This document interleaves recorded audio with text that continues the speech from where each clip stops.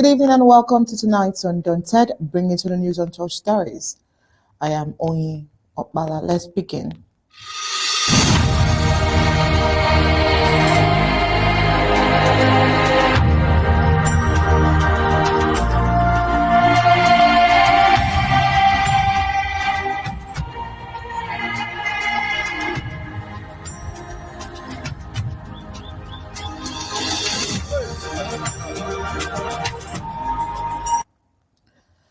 In Ambazonia's Atlantic zone, the devastating human cost of the prolonged and mishandled war continues to rise, with lives being lost on an almost daily basis. The nation, gripped by instability and deepening lawlessness, is witnessing a steady erosion of safety, justice, and basic infrastructure. Communities are under siege, not just by armed actors, but also by the total breakdown of systems meant to protect them. Violence has become the new normal, and the consequences are tragically visible in towns and villages across the territory. Last night in Muyuka, a bar owner was brutally gunned down by unidentified gunmen. Another life senselessly cut short. Such killings are now frequent, and most go unresolved, further emboldening the perpetrators and deepening the climate of fear.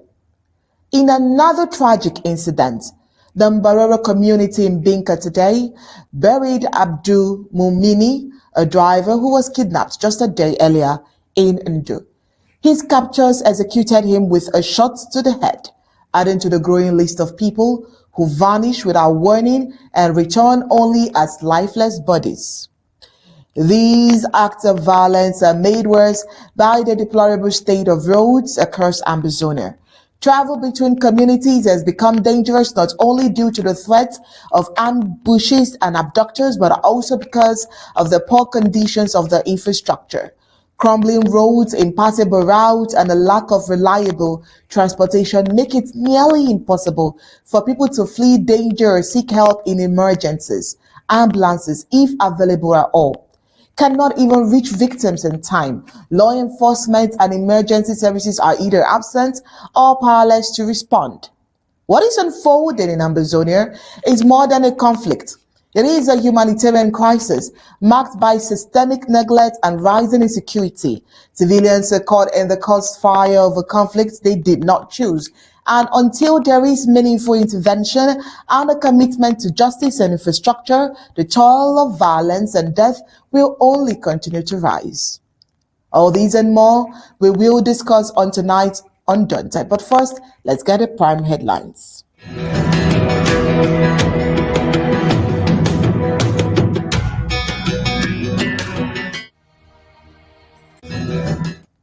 Tonight, to start with Ghost Town remaining effective despite Colonial PM's request to local authorities. Also tonight, we'll take a look at the Ambazonia State Army threatening lockdown in Bui County over unreleased civilians in Ngoketunjia. Mbororo driver killed by unidentified gunmen led to rest in Ndu. Also over in Muyuka, bar owner executed by unidentified gunmen. In Africa, BRICS condemns tariffs attacks on Iran while avoiding direct critics of Trump's. On the other end, Trump slams Elon Musk's new political party as ridiculous and calls him a train wrecker. Now, let's get into the news for the full briefings.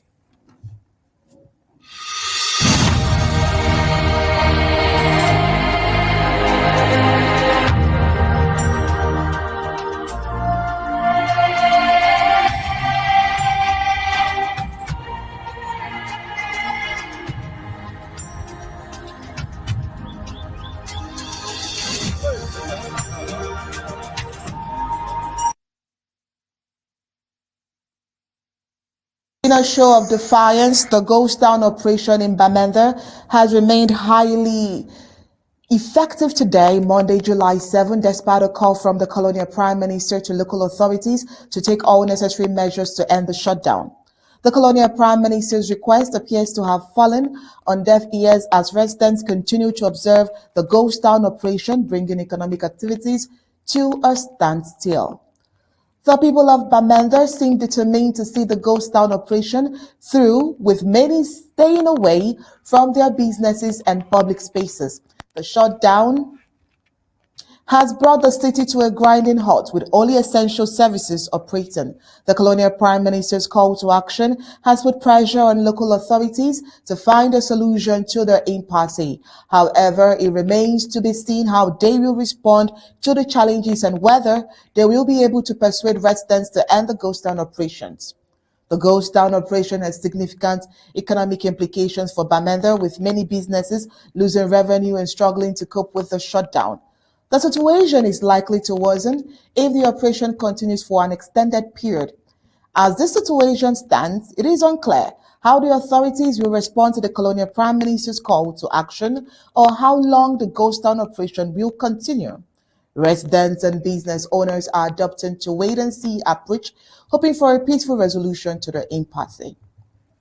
Now, today, this particular report is very important to Ambazonians, regardless of all of the challenges that they face during the weekend. Vice Mbeseha, you're welcome to tonight's Undaunted. Thank you for having me once more this Monday. How are you doing, sir? Oh, looking better than yesterday.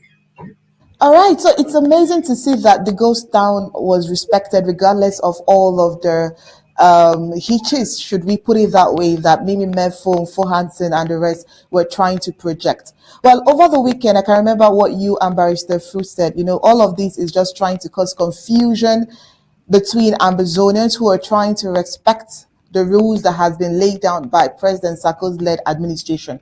But today is Monday, and we can see from the report here that the ghost town was thoroughly respected. How do you feel about this? I feel excited. I feel encouraged. And I will add this.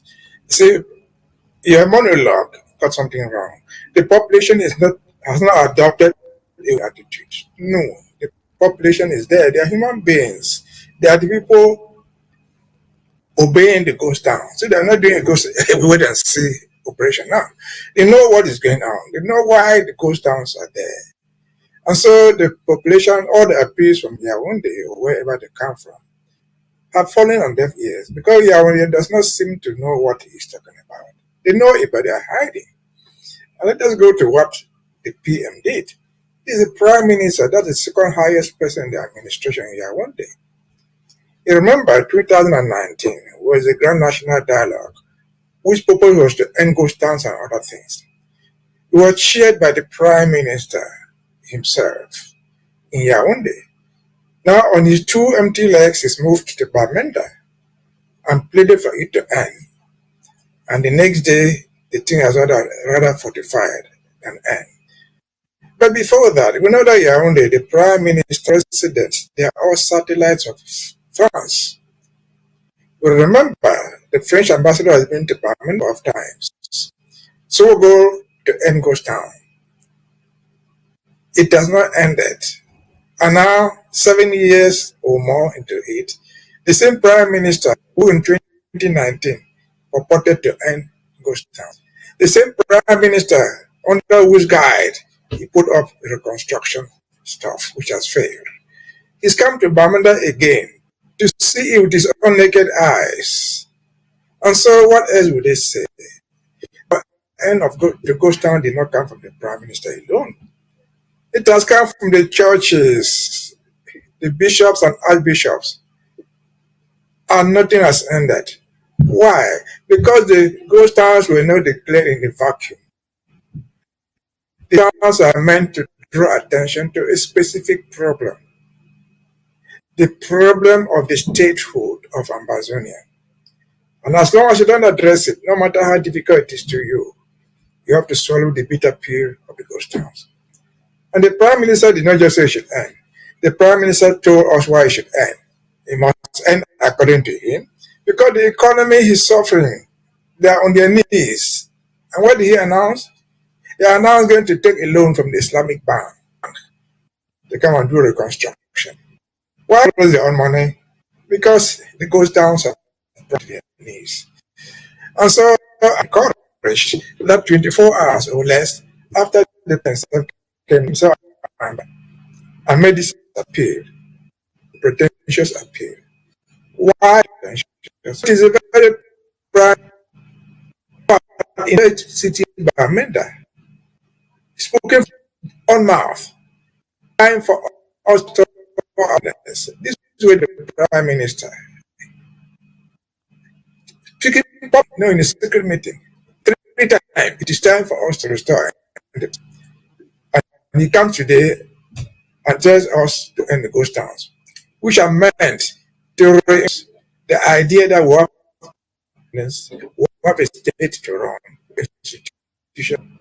And so, speaking book ends of it. I'm good enough, the population, the people of Bamenda, you're like the people of Ambazonia, intelligent people, they are it.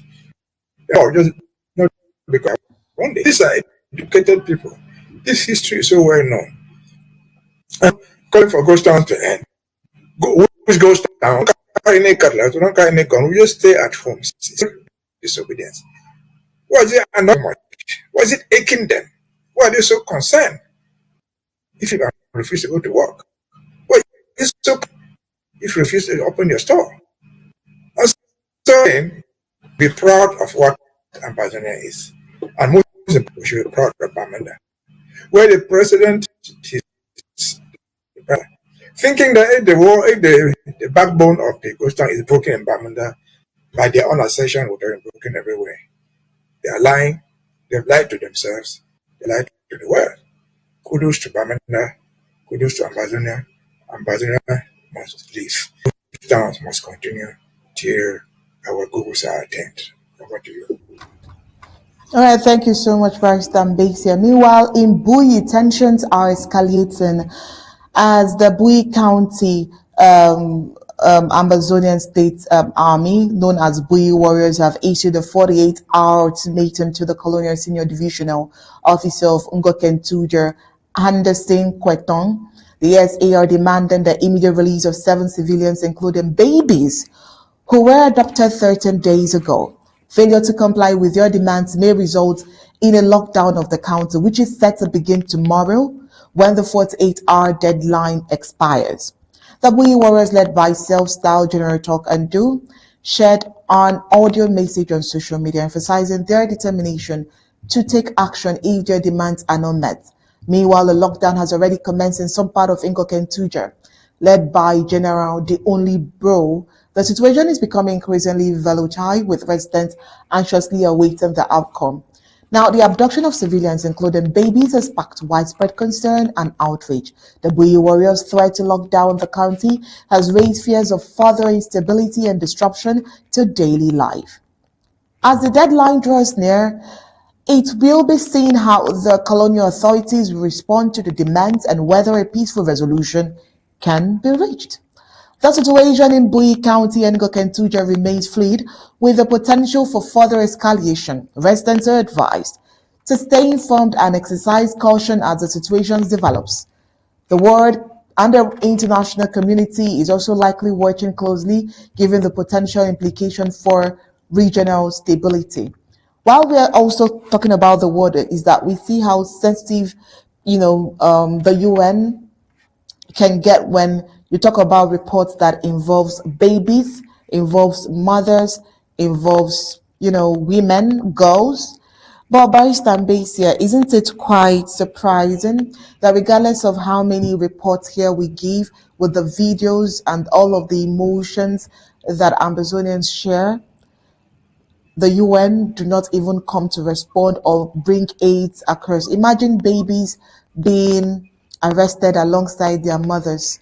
Isn't that against international standards?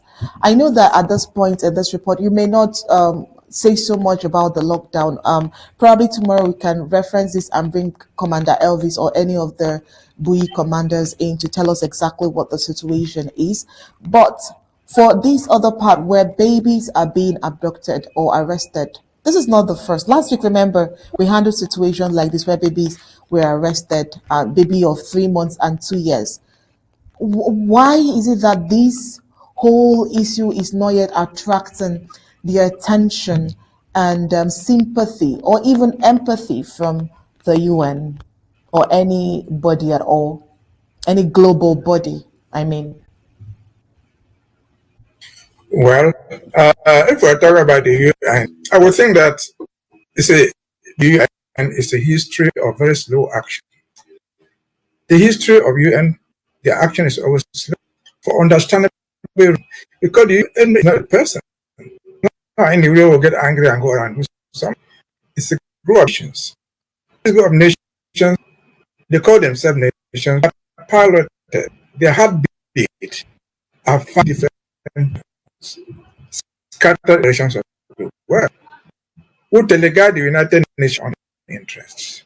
Among them, France, that in addition of the United Nations. The United Nations historically is slow to act because acting as coming together on something, not because it's right or because it's wrong. No.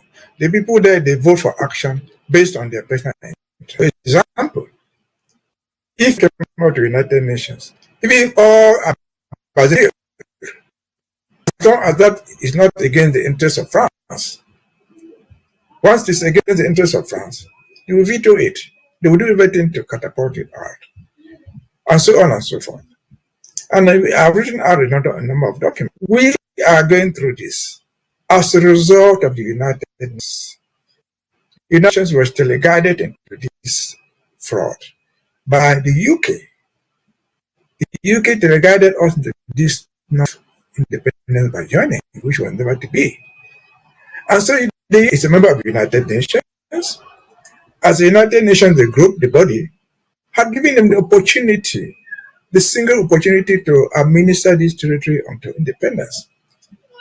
But for their own interest, actually, they didn't want it to happen. They wanted it to be part of their big Nigeria.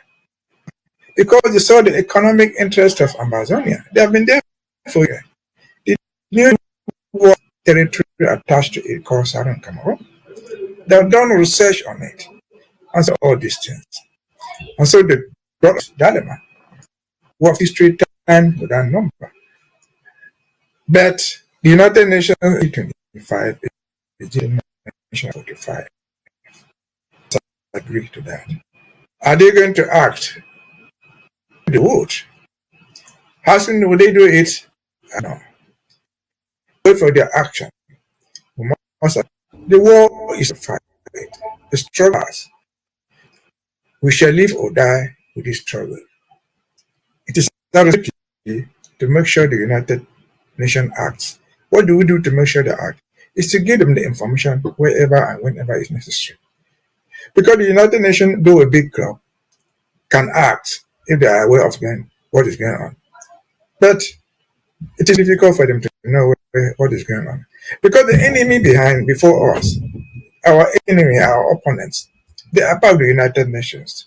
They have the money, they have the intelligence to buy people.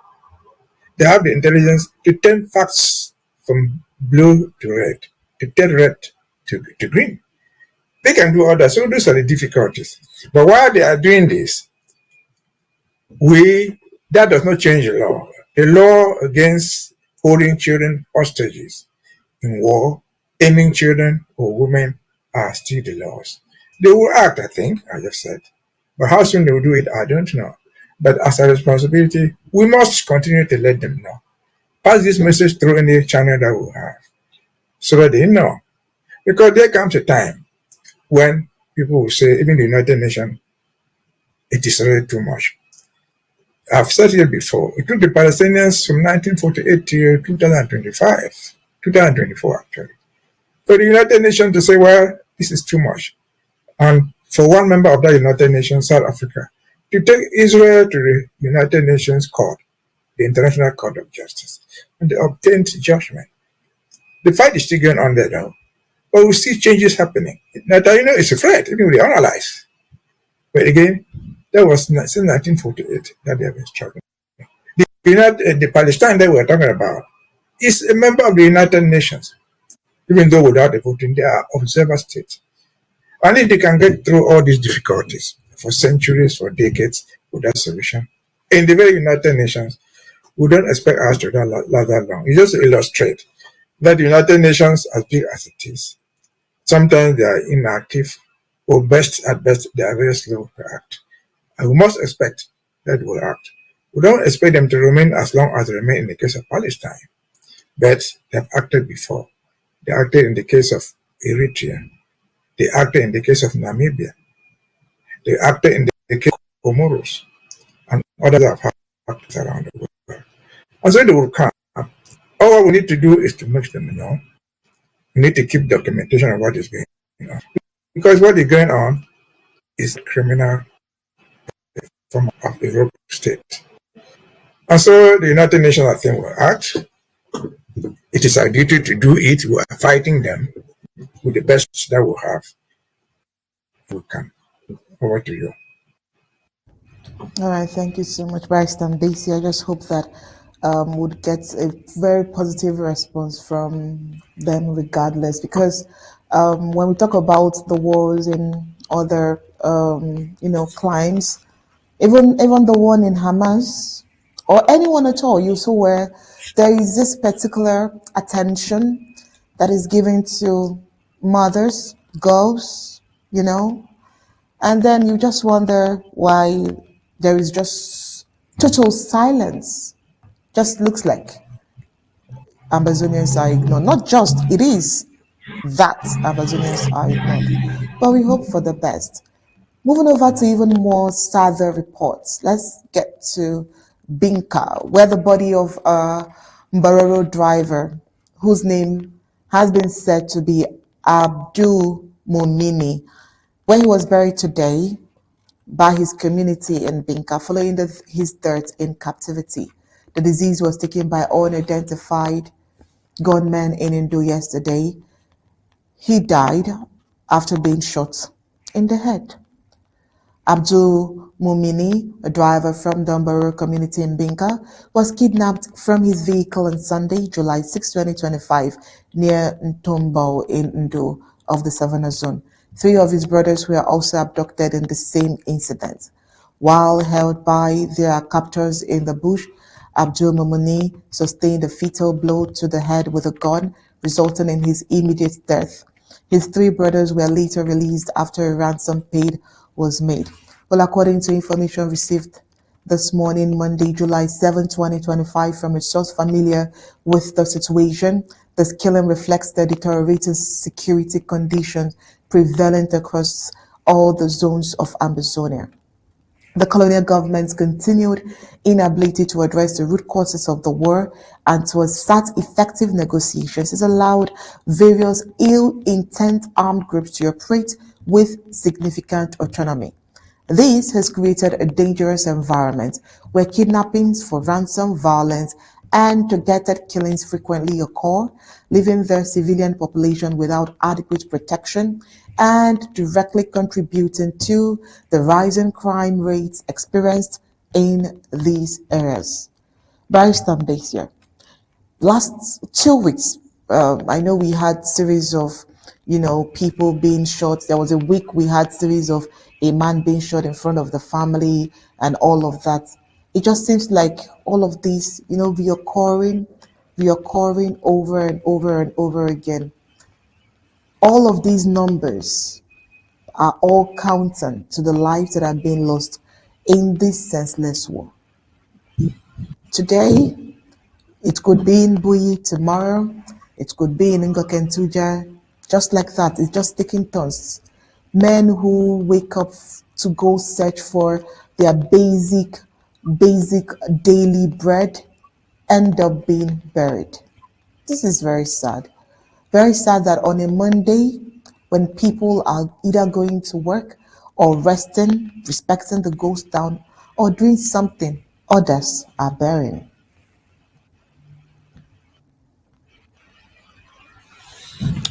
Very sad. What would you say about this, Barrister? Right, you raised it very sad. Indeed, it is very, very sad. If you permit me, I will analyze this incident of the Mbororo guy being killed along the incident you passed before in Muyuka, where an alleged bus killed. The common denominator about all these things, of these reports, is this: unidentified armed job done all this. The second element, invasions are ongoing.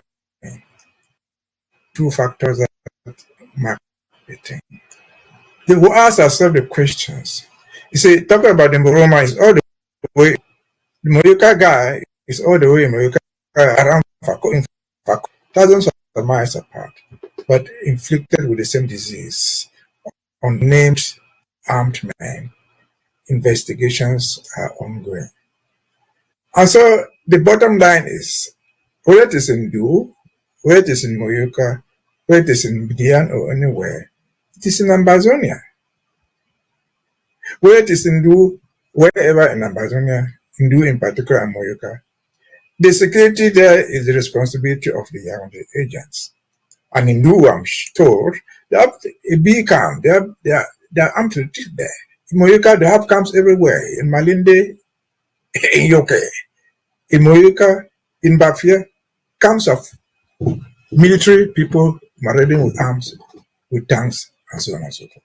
And so how could insecurity be that prominent in an area where somebody purports to be in control with military guys, with thousands of men, with thousands of gendarmes? Why? Why, we must ask ourselves, how did insecurity become the order of the day in Ambazonia? The simple fact, it is because Ambazonia is at war. It has all those military camps, all those places, lost control of Ambazonia. And the only excuses that we're investigations that will never come to an end. The question we ask ourselves again is this: whether it is Ambazonia in Kundu, that is in Kabe, or in Moyoka, which is in Fako, or in Dian, which is in Bamuso, which is in Dian, it is all Ambazonia. These are the people Yaoundé claims voted to join them at independence. Is this what independence was meant for Ambazonia, called in British Southern Cameroonians? Independence by day or night, by unidentified people. Independence where murdered, your child, everybody is taken. Invents are called, are not coming out. Independence where they would arm the Mbororo, arm other civilians, and kill your wives, set their dead bodies on fire in the name of whatever thing we don't know. Is this the independence we got in 1960? We just said in the last segment, that is what the United Nations gave us. That's what the British gave us. What to the point. This is where we are now, which is why we're fighting. If we have independence, we need to have independence. We'll have to bring our own streets to order. Robbers will not be allowed to roam the street. They'll be investigated, criminals will be identified, they will be prosecuted, and they will have their due process. And so, again, the common factor I've just said is unidentified gunmen. Unidentified gunmen. Investigations are ongoing. Who is supposed to do them? There's no question about it. It's the government that were in control. The punishment to send the trial of the criminal is the government. They have their court. So if they are not doing all of this, can any Ambazonia, claim to have allegiance to the Soviet Yaoundé? Not. Our brothers and sisters, mothers, still waiting for people to go and vote for a lot of people to come around. This is what we will vote for. They will not vote for the president. For the president before, and they want that person that you want. We did. And where do we end? What has that brought to us? Criminals roaming the streets, investigations without end. So there's so much to talk about every incident that is about. Where it is sick, where it Well, it is economics. There's that work around. There's everything agree with to have. The most unfortunate will have, or that we ever have still have. It's called that people to come. Even our neighbor, our neighbor, because about this neighbor's house is going to cross your own area. But we don't choose our neighbors. It is something. Whoever got near in any form of shape. I can only encourage us. Either be it through what in we, part of God, those towns, the adoption of, or in other form. We want to fight this game to the end. Because as I said, and Ben Mona said before he died, don't leave this fight for the future generation. Fight for it now.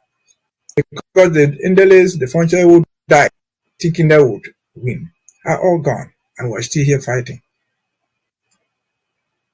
And so that is what it is. Investigations without end. Unknown gun people roaming the streets and doing what they want with impunity is not what any civilized community in the world should ever have gone through. But we're going through it, and God willing, we shall succeed. Over to you. All right. Barrister Mbeseha, that's not even all. Away from Ndu in Muyuka, another life has been brutally taken in Ambazonia's Atlantic zone, where the prolonged and mishandled war has directly fueled escalating violence and crime. In Muyuka, a bar owner was gunned down just last night by yet another set of unidentified gunmen. Or maybe they are the same set. We do not know. For all we know, violence continues to destabilize southern Cameroons. And this has been going on for nearly a decade now, by the war La République Cameroon has declared on her.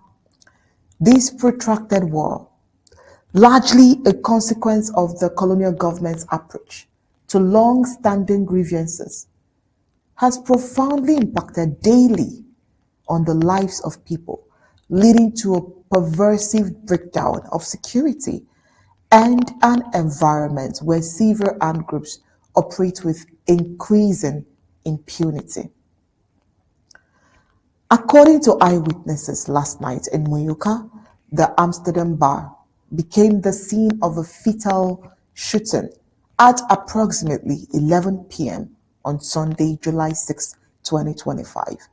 Individuals arriving on motorcycles opened fire on the establishment's owner, killing him instantly. This execution mirrors a disturbing pattern of targeted assassinations that have become increasingly common across these areas. Weekends, in particular, frequently see reports of owners of bars, snack bars, and other night venues falling victims to such summary killings. The perpetrators, often armed and operating under the cover of darkness, disappear after the attacks. The escalating crime rates, including these targeted killings, are a direct outcome of the unresolved war and the colonial government's persistent failure to establish effective governance and security. The war has displaced populations and created a heavily militarized environment, enabling various armed groups and several other unidentified actors to operate freely. The repeated occurrences of these attacks shows the colonial government's continued inability to address the root causes of the war or to secure the affected areas, thereby allowing a state of lawlessness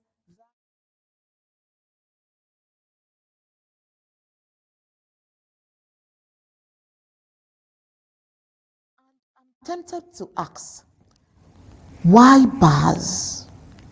Remember, there was a series, there was a time we saw, severe killings. They will go drag someone from his bar and then drag someone. It seems like, is there any particular thing?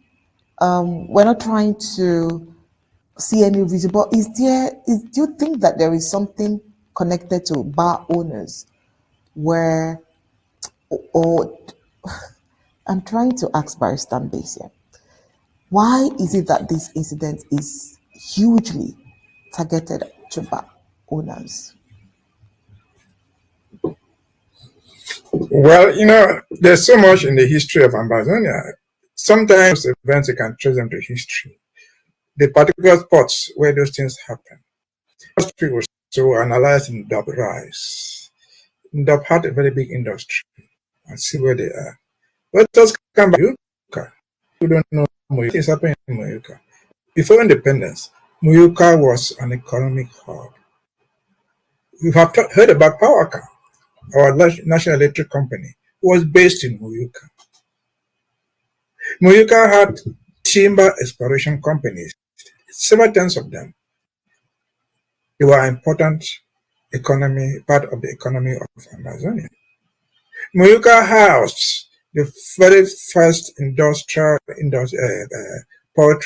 government poetry sponsored farm. It was in Muyuka. Today, none of those things exist anymore. Today, it has become a hub for criminals. There have been military camps, I just said, everywhere in Muyuka. Even carry it to Bafia, where there's no road, just 15 kilometers from Muyuka, there's no road, but that military camp there. But behind Bafia, before Bafia, there was a prison, they called the Productive Prison. There in Bafia. And so, Muyuka was so significant in Ambazonia. That prison was called Bavenga. People went there when they were sent to prison to work, and didn't work for nothing. They farmed for the prison system. We sold the crops to other prison systems, which paid the prisoners. Upon your graduation after 7 year term, you went home with some money to start some living for yourself. This was all in Muyuka. None of these things exist anymore. What we find in Muyuka are camps, I've just said, military camps left and right. But what we find in Muyuka in abundance are criminals who can roam the streets in plain daylight, 11 o'clock p.m. Come with guns, motorcycle, kill you and walk away. It's unfortunate. I know Muyuka very well. I grew up in Muyuka. I worked in Muyuka for 2 years. So it's not a place I don't know. I still have cousins, uncles, and aunties living there right now. And so this is a sign of total absence of governance. But why are these things happening in Muyuka only now? So much now, not only now, so much now. It's because of the war. The war for what? The war for the restoration of Ambazonia. The war for what? The war for the restoration of Muyuka in the context of Ambazonia. And so it is war. Who brought this war onto us? It's Yaoundé. The war to do what? To assimilate us, never to think about Muyuka as an economic hub. Never to talk about PowerCam that was based there. Never to talk about the poultry farm that grew there, that was sponsored by the government there, or talk about Bavenga prison that produced crops that everybody ate. And so this is the bigger context of what is going on in Muyuka. That guy, they killed him. That's outright murder. Good enough, they call it unidentified. Why unidentified? In the face of all these security forces present in town. Why unidentified? Investigation. These people are riding on motorbikes. How fast can a motorbike run away from people? These people have trucks, they have tanks, they have vehicles. If they are doing it in open daylight, they can be chased and brought down. They will not do it. But if they suspected that man was an ambassador, they will shoot him. So I'm very sure in that very bar, they were military guys. And who knows what? They might even be their agents. Otherwise, why would they not bring down one of them? Why would they not bring down even just one of them? Instead, we are told investigations are ongoing. What is investigation? Finding out what happened. What was wrong in catching? There were many of them. In that very bar, I'm very, very sure they were military guys. They were policemen drinking there. If they have the military techniques, if they know the police tactics, they could have brought down at least one. That will help them in the investigation. But up to this point, nobody was brought down. People did what they did with impunity, and they walked away. Why? Is there complicity of government security forces there? It's possible, highly possible. Either they are accomplices or they are totally incompetent. Either way, the fault is theirs. Incompetence, maybe. Complicity, possible. And so it's unfortunate for that gentleman. Any of us, anybody, any Ambazonian, even if you're not Ambazonian, if you find yourself in that town, even in Nigeria, even a Cameroonese who find yourself there, you ought to live in peace. You ought to do your business without being hunted down by thieves, organized or random. And so, again, that's why we fight. These things must end. Ambazonia was not meant to be a criminal space for people to hide there. They are not been hiding, to do things in open, kill out people in the open, steal from them in the open, and walk away. The reason why we have a government is to assume those things. Those are not things that the ordinary villager, the ordinary inhabitant would do. You cannot bring down a guy like that. If you bring him down there, you don't have a court to prosecute those guys. Also, they have lost Ambazonia in terms of governance. What they have left is just a physical occupation that they can do it with force, with guns, with weapons, with anything that they have. But again, there comes a time when we say enough is enough. We've said enough is enough. Whether the United Nations listens to us or not, we have to fight this battle. Either with the assistance of the United Nations, with the assistance of sympathizers, or by ourselves. But we have to free ourselves. We have to do everything to free ourselves. And so sympathizers would assist us. They will come to assist us when we take the bull by the horns. Over to you. Definitely, sympathizers would come when you take the bull by the horn. All right, thank you so much, Barrister Mbeseha. But on a lighter and a better and a more successful note, President Sako has authored another book. I'll just go a little bit down history and memory lane for a few people who do not know that Dr. Samuel Sako is a visionary leader, a prolific author, a financial strategist whose voice resonates powerfully at the intersection of faith, leadership, and economic empowerment. As the president of Ambazonia, Dr. Sako is not only a political figurehead, but also a symbol of courage, resilience, and principled leadership in the fight for justice and freedom for the oppressed. His leadership on the national stage is deeply informed by his strong belief in the transformative power of faith-driven strategy and people-centered governance. Beyond his role in political leadership, Dr. Sako is a seasoned minister of the gospel and a dynamic entrepreneur who has inspired transformation across spiritual, economic, and civic arenas. A passionate advocate for holistic empowerment, he has authored several groundbreaking works that reimagine wealth creation, church economies, and marketplace leadership from a biblically sound yet practically disruptive perspective. His writings, such as the latest Rich Kingdom, Poor Kingdom, The Leadership, The Vacuum, and Towards Excellence in Mystery, boldly challenges traditional thinking while equipping individuals, families, and institutions to steward influence and wealth with purpose and vision.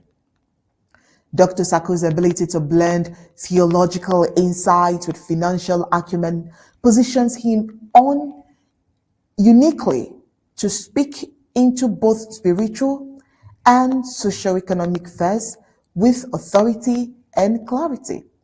Through his books, Teachings and Leadership, Dr. Sako is awakening a new generation of leaders equipped to shape economies, reform systems, and fund lasting change. Whether addressing congregations, mentoring emerging leaders, or equipping leaders through his publications, his message remains consistent and clear. Kingdom influence must be backed by strategic action. His life and legacy continues to reflect a deep commitment to justice, excellence, and the advancement of kingdom in every domain of society.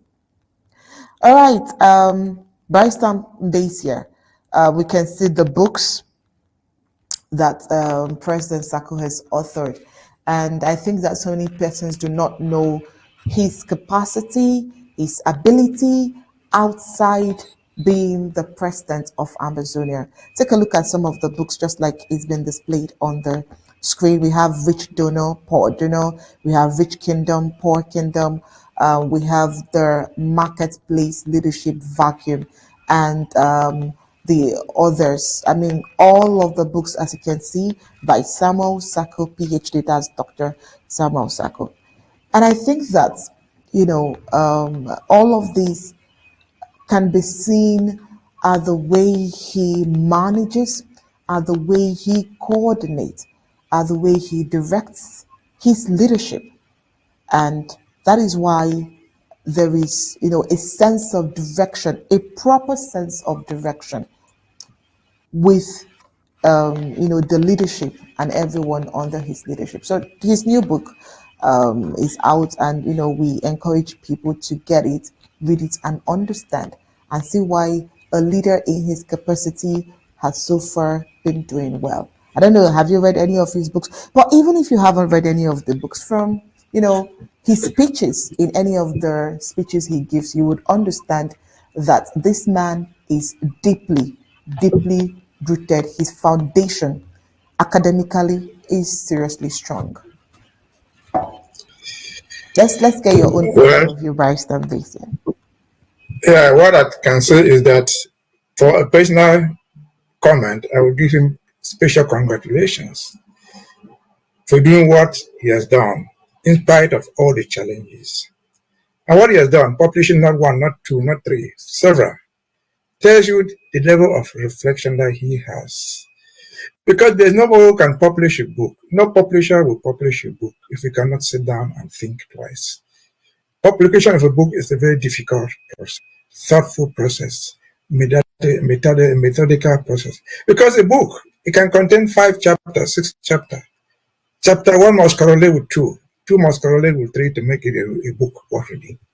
And so it is something, those people doubting Thomases who call him con man, they don't just know what they're talking about. I would just challenge them to read those books. Reading is free. Reading is optional. Go read those books and see if the guy you call a con man. I don't know how many countries have their leaders who are also authors of different books. Very few, even there are very few. And I say this with experience. From 2016, 2015 to now, they were to publish 2 books, which are not yet advertised. My 2 books are not political. They're just novels where you can read and enjoy yourself, reflect, take time off. The first one that was popular was this one we call The Successor. So just novels. Like I maybe they deal sometimes with the things that we deal with every day, but they bring insight into what it is. It took me a long time to publish this, at least 3-4 years. And then it took me again another longer time to publish another one, The Challenger. Here it is. And so I know what publication means, what it goes through, what you have to go through to be able to publish a book. It is a difficult process. It's not; these are not books that we publish by artificial intelligence. Now you have to sit down, write the script, read it, coordinate the chapters, and come to what you want to sell. In my own case, we have novels which have what we call the climax. What is it all about? About the successor, about the challenger. It's about politics. Those who challenge people in politics. What you must have in order to do it. It's a novel. It's not about the history of Ambazonia or Southern Cameroon. And then, this is another one again, the successor. What does it mean? It means the ability to succeed in succession, actually, call it a family. What do you require to be a leader? This takes it to the basic tenets of leadership. Put out in the form of a novel, and then for you to read and enjoy yourself. Again, I say congratulations to President Sako, and then the doubting Thomases. Instead of just criticizing him, Go read the books and take a cue from him and publish yours if you can.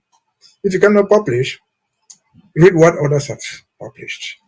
And so we can say congratulations for him for taking time off this difficult schedule that we have, talking here, addressing people left and right, having complaints from everywhere, come to your table when you are sleeping, come to your table when you are in the car driving, and being able to write something that people will read. If he dies today, the books will be left there. We have been talking about Chinua Achebe, things fall apart. They are all dead, but the books are left there for people to read. And so very few of us leave marks on earth that people will read after us. And so I think President Sako has done a very good job. In the other Ambazonians who are doing the same, we congratulate them, we encourage them to do the same. Because the mark of Ambazonia tomorrow will be, the core will be made of the intellectuals. The intellectuals will be reflected by the books that are in the market to sell. People will read what you thought about the things. People will see what your vision was, even when you are dead. And so, again, congratulations to President Sako in particular for taking time off these difficult times. They were to produce what he has produced in spite of the financial handicaps, instead of the time handicaps. Again, kudos to President Sako. Right, thank you so much, Barrister Mbeseha. And we left the good one for the last because this is where we would allow you to go refresh and do some other things because we hope to have you tomorrow again on Undaunted. Thank you so much for being part of tonight's Undaunted. Thank you for having me. All right. When we come back, we'll go straight up to BRICS to see what's happening with the Trump's condemnation on them. But that's just after the break.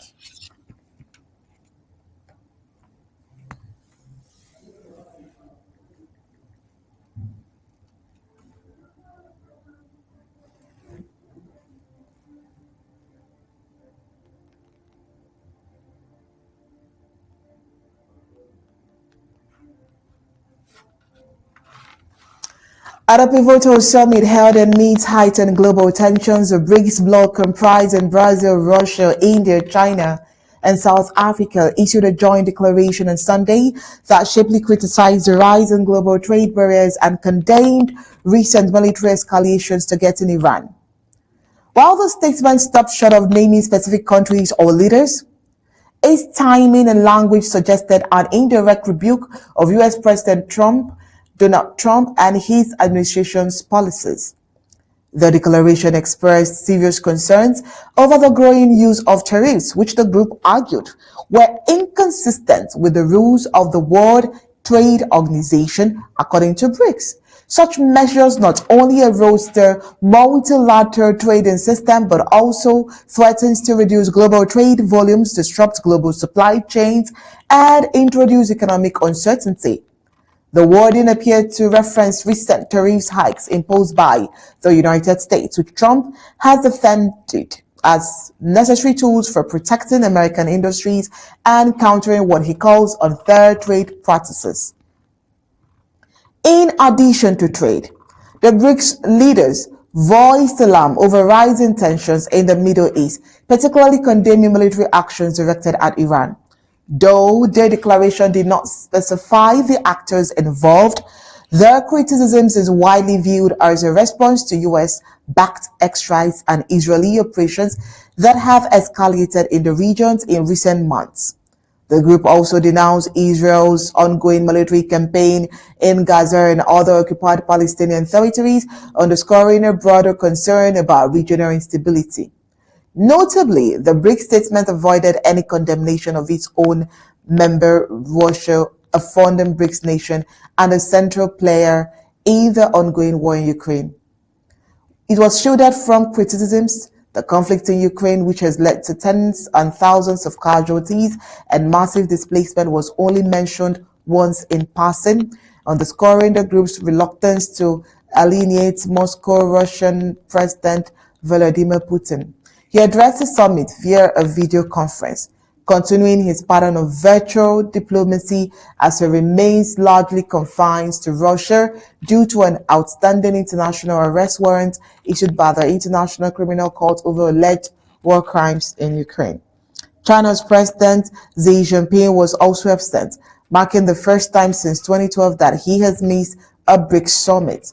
While the Chinese government did not provide a detailed explanation, analysts speculate that domestic political considerations and geopolitical reverberations may have played a role. His absence alongside Putin's virtual appearance cast a shadow over the unity of the bloc, raising questions about the cohesion and long-term direction of BRICS.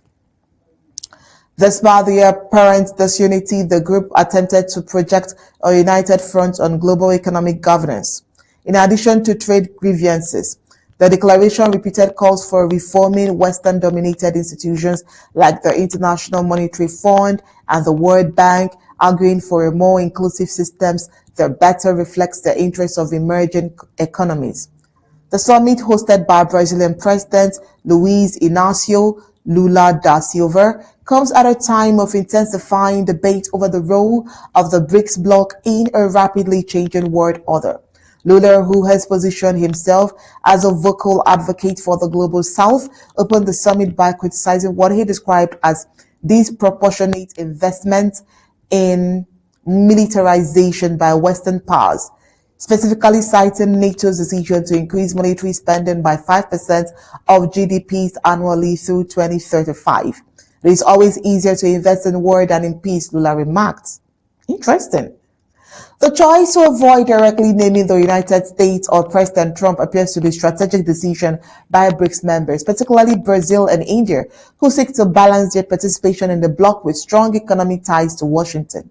Trump, meanwhile, has threatened retaliatory action, including a 10% tariff on countries he accuses of aligning with anti-American BRICS policies. He has also floated the possibility of 100% tariffs if the group moves forward with efforts to establish an alternative to the US dollar in international trade.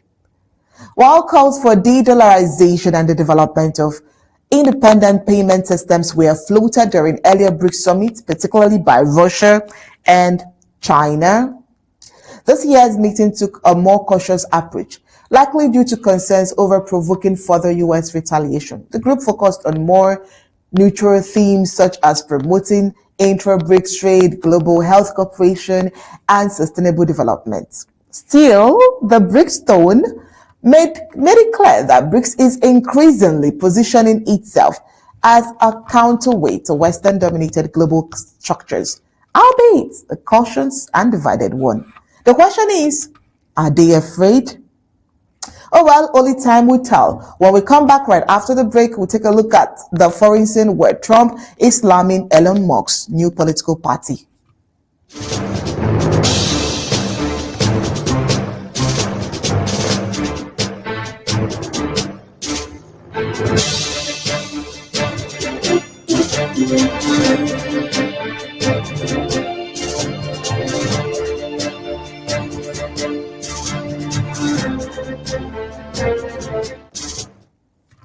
US President Donald Trump on Sunday sharply criticized former ally Elon Musk over the billionaire's surprise launch of a new political party, calling the move ridiculous and accusing Musk of betraying conservative values. The remarks marked a significant escalation in the growing rift between the two high-profile figures who were once aligned in both political and business affairs. Speaking to supporters at a rally in Arizona, Trump did not mince words, referring to the SpaceX and Tesla CEO as train wreck, who had gone off the rails. The former president accused Musk of sowing division on the right and undermining efforts to unify conservatives ahead of the 2026 midterm elections and the 2028 presidential race. Elon always been a smart guy, but this is just ridiculous, Trump said. You don't fix the system by throwing your tantrums and starting your own party. That's not leadership. That's ego. Trying to say that in Trump's voice anyways. The criticisms comes days after Musk announced the formation of the Atlas Party, a new centrist political movement aimed at disrupting what he called the dysfunctional two-party system. Musk, Long vocal critics of both Democrats and establishment Republicans framed their initiative as a response to widespread voter dissatisfaction with traditional politics. In Musk's voices, I believe we need a new kind of politics. Well, he says we need innovation in government just as much as we do in technology. The system is broken and I'm done pretending it isn't. Musk's announcement sent shockwaves through Washington and Silicon Valley alike, drawing both praise from independents and criticisms from Republican leaders, concerned that the new party could siphon votes from conservative candidates in closely contested states. Trump's allies have accused Musk of playing into the hands of the Democrats by fracturing the conservative base.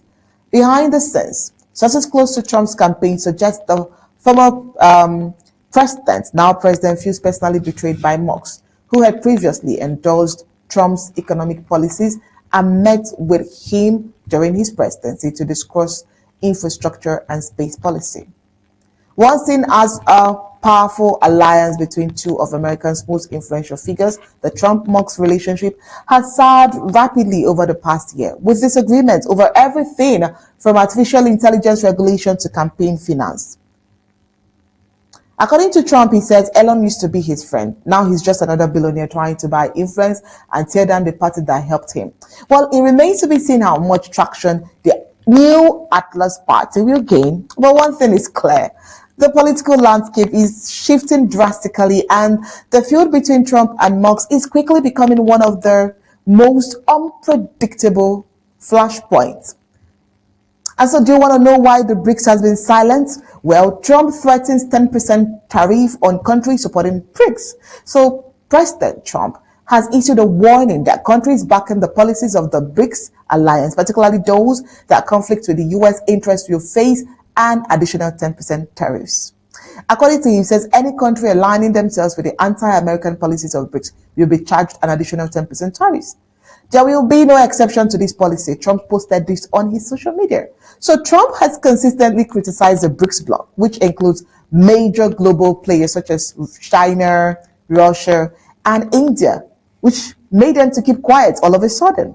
So the US had previously set a deadline of July 9th for countries to finalize a trade agreement. However, US officials now say the new tariffs will take effect starting from the 1st of August. Well, according to Trump, formal letters will be sent to affected nations outlining their specific tariff rate should no deal be reached. How will other countries react to this? Well, this is where we draw the curtains on tonight's Undaunted, bringing to the news untold stories. But before we go, let's take a look at the stories making the headlines.